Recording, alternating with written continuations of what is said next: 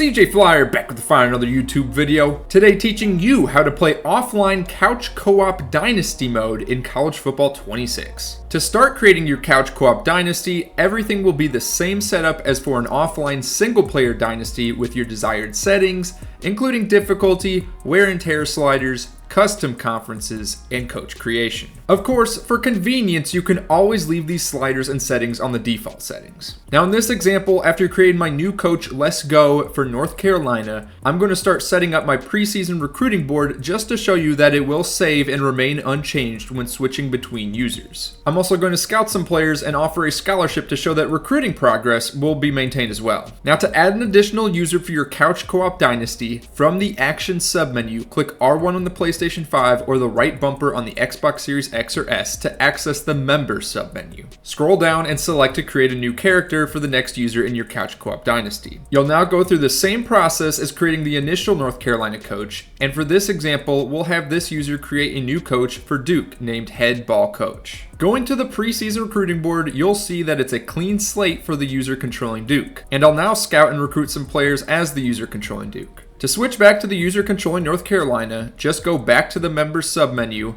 select the desired user to switch to, and select the option Switch to this character. When switching back and forth between characters, you'll see that for this linebacker that both North Carolina and Duke are recruiting, the user icon appears to the left of both school logos, which is the same as how it appears in Online Dynasty. Also similar to Online Dynasty, the user of the first team created is designated as the owner of the Dynasty, while every new character created is initially designated as a regular member. You may notice when selecting other users to switch between them that other options will appear in the Members submenu, including designating a regular member as a commissioner or making another user the owner of the Dynasty. For anyone watching this video that is unfamiliar with Online Dynasty terminology, in short, owners have the ability to change all league settings including difficulty, quarter length, and wear and tear sliders. They can also set games to simulate with a predetermined winner and loser. Commissioners also have most of the same abilities as the owner, with the owner being able to set certain limitations on commissioners and able to demote a commissioner back to a regular member. That being said, for couch co-op, you could always just temporarily switch to the user character designated as the owner if you want to make any changes to league settings at any time. I should also note that although the on-screen example is for a couch co-op Dynasty with 2 users,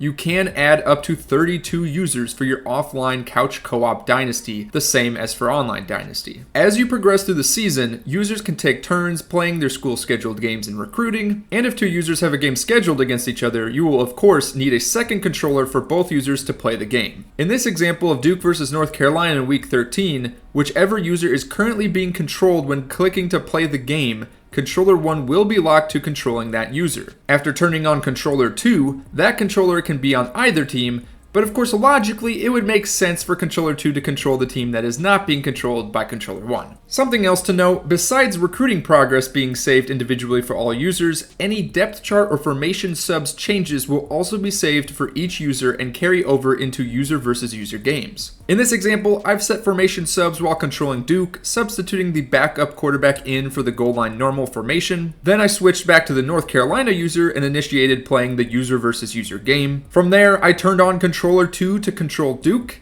and after entering the game, going through the opening kickoff, and having Duke start with possession of the ball, you can see that sure enough, the formation substitution for the quarterback in goal line normal formation has saved. So that's the basics in setting up offline couch co-op Dynasty mode in College Football 26. Leave a comment below if you have any questions regarding couch co-op Dynasties, and click one of the videos on your screen now for some more College Football 26 tutorials.